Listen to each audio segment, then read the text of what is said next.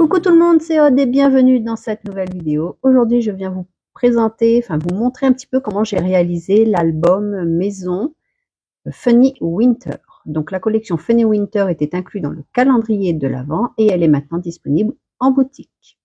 Donc j'ai donc utilisé les fichiers de découpe, j'ai déjà préparé plusieurs interactions et là je vais faire la couverture. Pour la base de page, j'ai utilisé le cardstock texturé de Basile, la couleur Typhon qui est un bleu marine. Et pour la couverture, je n'ai pas pris du carton, mais du Clairefontaine DCP en 350 grammes. J'utilise l'encre Distress Ink Vintage Photo pour tout ce qui est papier. Et je vais mettre un ruban pour la fermeture de ma couverture. Par contre, je vous conseille de le mettre un peu plus haut, étant donné que dans les pages, il y aura, ce sera des pages pochettes. Donc pour ne pas gêner les tags, parce qu'ils dépassent légèrement ce qui était fait exprès, mais je n'avais pas pensé au moment où j'ai collé mon ruban. Donc je vous conseille de le mettre un petit peu plus haut, plus près du toit. Et j'utilise du double face pour le fixer et je le mets bien face à face. Je colle mon papier imprimé des deux côtés.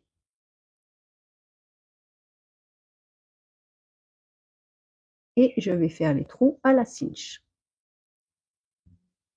Donc je prends ma cinch, je relève les 5 premiers et le dernier et je garde les 6 du milieu.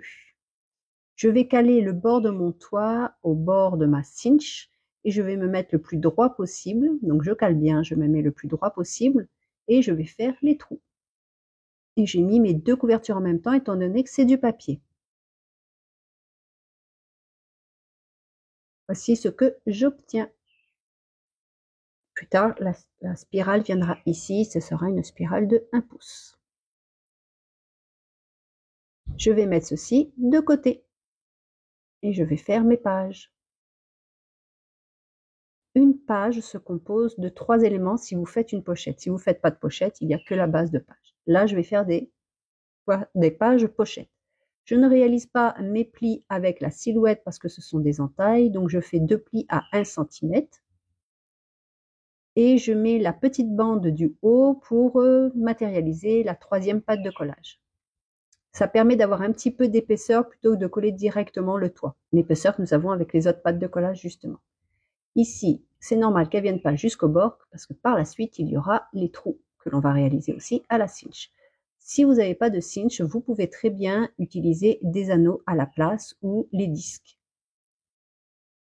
Il y a un bon centimètre, 1,5 cm sur le bord, ce qui vous permet largement de mettre vos anneaux ou vos disques. Et voilà, j'ai ma base qui est faite. Si vous faites les trous par la suite, n'oubliez pas de mettre tout de suite votre papier imprimé. C'est optionnel, il y a des pages où je ne l'ai pas mis. Voilà la pochette qu'on aura par la suite. Ça, c'est une base. Je vais en faire une deuxième.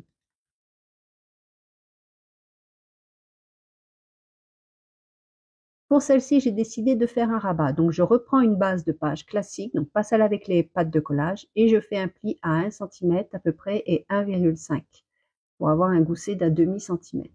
Et je vais le placer après le petit papier imprimé, parce qu'il ne faut pas oublier que justement, nous avons les trous, mais pas pour le rabat.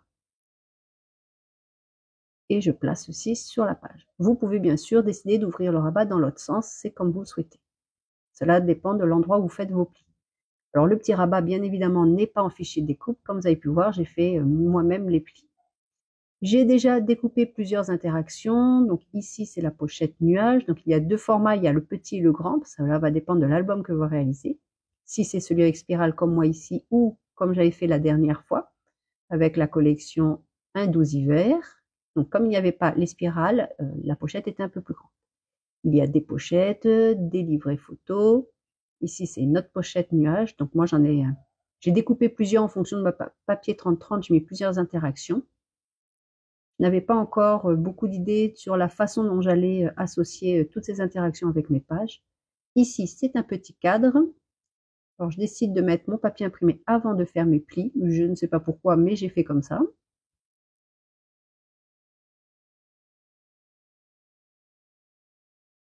Et je fais mes plis maintenant. Alors, si vous avez la Cricut, les plis, ils sont faits avec la Cricut si vous avez le stylet de rainage ou la roue de rainage. Ici, j'ai pris une chute d'un rhodoïde de la marque Atelier de Karine, si mes souvenirs sont bons, avec des feuilles blanches. Je reprends ma base de page, le cadre à la base, je devais le mettre en haut et je décide de mettre la pochette nuage. Mais par contre, avant de faire toutes mes pages, je vous conseille vivement de faire les trous avant parce que s'il y a trop d'épaisseur, ça ne passera pas en dessous dans la machine.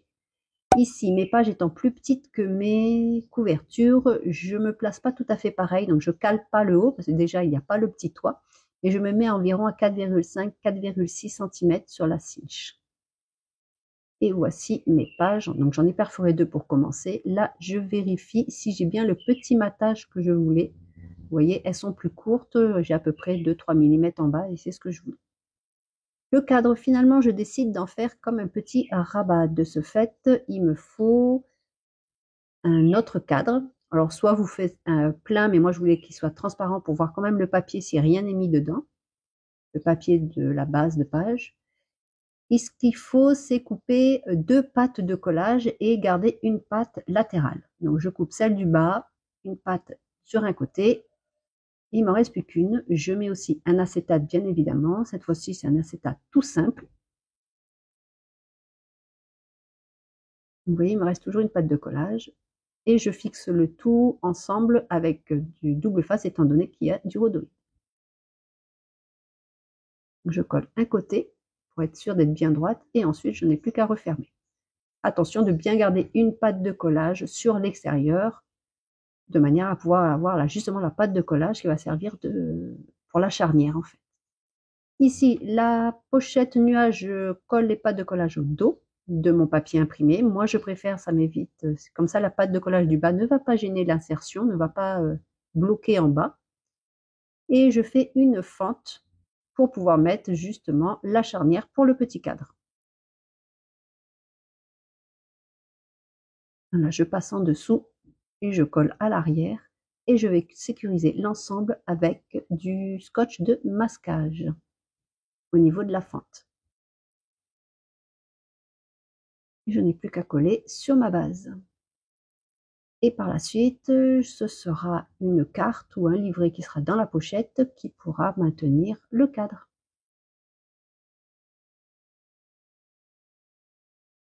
Pour le dos de cette page, je vais aussi réaliser un rabat. Donc, je reprends une base de page, je marque l'endroit où je vais faire le premier pli et je vais faire un pli à 1 et à quelques millimètres plus loin. Donc, c'est pas tout à fait 1, je me fie au trait que je viens de réaliser au repère et je fais un petit décalage pour faire plus ou moins 3 mm parce qu'ici, je n'avais pas besoin de beaucoup d'espace. Je colle ce rabat sur ma base, donc c'est le dos de la première page que nous venons de réaliser.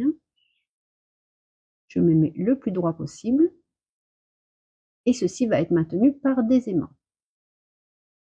Et je mettrai également un cadre, donc c'est le cadre avec le fond. Ce cadre-là est disponible avec et sans le fond, ça dépend de ce que vous voulez réaliser. Ici, il y a un fond. Hop, je marque mes plis, je regarde où je vais le mettre. Vous voyez, vous pouvez le mettre dans les deux positions, mais là, étant donné qu'il y a les aimants, je vais le mettre en format portrait. Donc, je regarde où je vais mettre mes aimants. Donc, je vais en mettre 2. Donc, je vérifie bien par rapport à mon cadre. Il ne faut pas que le cadre soit dessus. Et pour marquer qu'il y a un rabat, je mets un petit ruban sur la face opposée. C'est aussi pour cette raison que j'ai mis 2 aimants, un en haut, un en bas. Et je mets la deuxième paire d'aimants. Voilà, je me mets le plus droite possible. Je fais attention de ne pas écraser mon tout petit gousset. Et je fais adhérer mes aimants. Je colle mon papier imprimé. Alors j'aurais pu aussi ne pas le coller tout de suite et faire une fente justement pour mon cadre, mais à ce moment-là, je pensais coller mon cadre de 3 côtés. Et là, je me dis non, je vais faire comme un rabat, comme le premier cadre que j'ai fait. Donc je crée une petite patte de collage, je biseaute, donc c'est 2 cm par la hauteur, plié à 1 cm, la hauteur de mon cadre. Je viendrai coller par la suite, mais avant cela, il faut quand même que je mette mon rhodoïde, parce qu'après, je ne pourrai plus le mettre.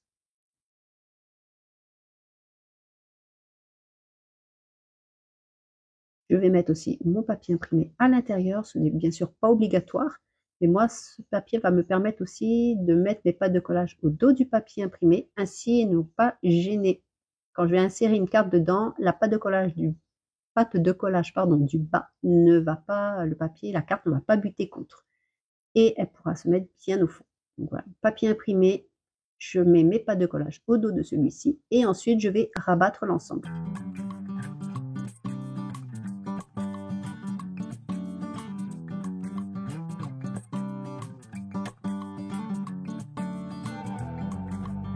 Un petit peu de cire, donc c'est de la cire de chez Stamperia couleur cuivre. Je place ma pâte de collage sur un côté, donc à vous de choisir le côté où vous voulez ouvrir votre petit cadre. Je remets un peu de cire sur le bord et je le place sur ma page en faisant attention de ne pas le mettre sur mes aimants. De l'autre côté, je place mon papier imprimé et là je prends une chute de papier que je colle de 3 côtés, juste pour avoir un petit quelque chose de l'autre côté. Au dos, je vais mettre cette pochette-ci qui a 2 entrées, un petit peu de cire, le papier imprimé, et pour pas que les éléments à l'intérieur descendent lorsqu'on met dans la pochette du haut, il y a une petite séparation. Donc moi je mets comme tout à l'heure, comme pour les pages pochettes, je rajoute un papier pour avoir cette épaisseur, pour ne pas trop plaquer la pochette sur la page, au niveau du centre. Et là je n'ai pas mis de papier imprimé, j'ai directement collé ma page et je mets des éclaboussures de Posca pour faire un petit peu cet effet neige. Ici, j'ai fait le print and cut de quelques die cut. J'aime bien en avoir un petit peu pendant la construction pour me donner une idée par la suite de ce que je vais réaliser. Et j'attaque une autre page. Cette fois-ci, j'ai pris un petit livret photo de 7,5 par 10 et je vais maintenir ce livret avec un des cœurs du volet cœur. Donc, je mets un papier imprimé aussi sur ce petit cœur de manière à avoir quelque chose d'assez solide. Je fais un trou dans la pointe, pas trop près du bord, et je regarde où je vais positionner ce cœur sur mon papier. Donc je fais un petit repère et je perce.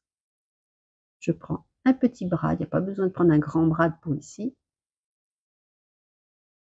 Et je vais renforcer aussi l'ensemble, enfin je vais empêcher le brad de bouger au dos, les ailettes pour ne pas déchirer mon papier avec un scotch de masquage, comme quand je fais des fentes. Et je colle ce livret-là de 3 côtés pour créer une pochette afin de mettre encore une photo ou du journaling au dos. Et voici le petit cœur qui maintient l'ensemble fermé. Je n'ai plus qu'à coller sur ma base. À vous de réaliser autant de pages que vous souhaitez. Alors maintenant, pour assembler tout ceci, j'ai pris une spirale de 1 pouce, je prends 6 éléments, je mets bien mon dos de couverture devant en le retournant et je commence par la dernière page. Et ainsi de suite. Et ensuite, je mets la première couverture, le devant et le dos de couverture. Et je mets 1 pouce, j'ai une spirale de 1 pouce et j'écrase ma spirale. Donc on se met bien au fond et on écrase doucement, doucement, on essaye d'avoir quelque chose d'assez rond, ce que je n'ai pas réussi ici. On met le dos de couverture au dos et voici notre album. Il ne me restera plus qu'à compléter. Donc ici, donc toutes les pages sont des pochettes. Il ne me restera plus qu'à compléter les pages, décorer, mettre les word art, etc. Donner un peu de vie à cet album. Ici, je n'ai fait que 3 pages, mais vous pouvez en faire un peu plus. Je regarde dans ce que j'ai déjà découpé, ce qui me reste. Il me restait des pochettes pour le bas. Donc, c'est ce que je vais faire de part et d'autre. Je ne mettrai pas cette petite fenêtre. J'espère que cette vidéo vous a plu. Si c'est le cas, surtout n'hésitez pas à vous abonner. J'espère qu'elle vous a inspiré. Je vous dis à bientôt. Scrapez bien. Bye bye!